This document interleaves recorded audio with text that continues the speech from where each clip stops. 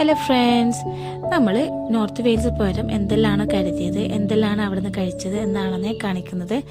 ഇന്ന് പ്രത്യേകിച്ചും ഞാൻ മോണിൽ തന്നെ എണീച്ചിട്ട് ഞാൻ ഇപ്സ്വിച്ചിന് വരുമ്പം തന്നെ കുറച്ച് ചിക്കൻ കബാബ് ആക്കി എടുത്തിട്ടുണ്ടായിരുന്നു.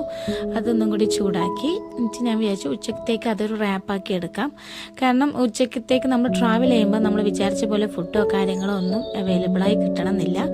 പിന്നെ നമ്മൾ ഈ നോർത്ത് വെയിൽസ് വരുമ്പോൾ തന്നെ നമുക്ക് ചെസ്റ്റർ വഴിയായിരുന്നു നമ്മൾ വന്നത്. നമ്മൾ അവിടെ വന്നിട്ട് അവിടുന്ന് കുറച്ച് കോസ്കോന്ന് ഫിഷ് വാങ്ങിയിട്ടുണ്ടായിരുന്നു. നമുക്കത് നൈറ്റിലേക്ക് ഗ്രില്ല് ചെയ്യാൻ വേണ്ടിയിട്ടാണ് കേട്ടോ.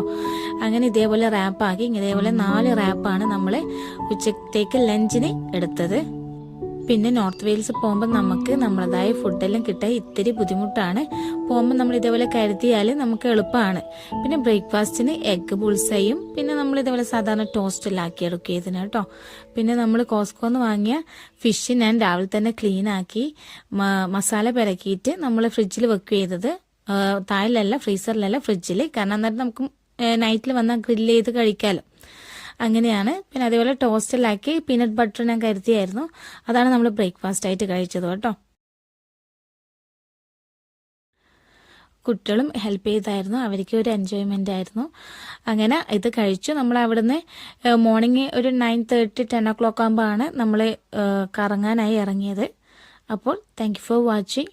നോർത്ത് വെയിൽസിൻ്റെ വീഡിയോസിന് അപ്ലോഡ് ചെയ്തിട്ടുണ്ട്. താല്പര്യമുള്ളവർ കാണുക. ബൈ.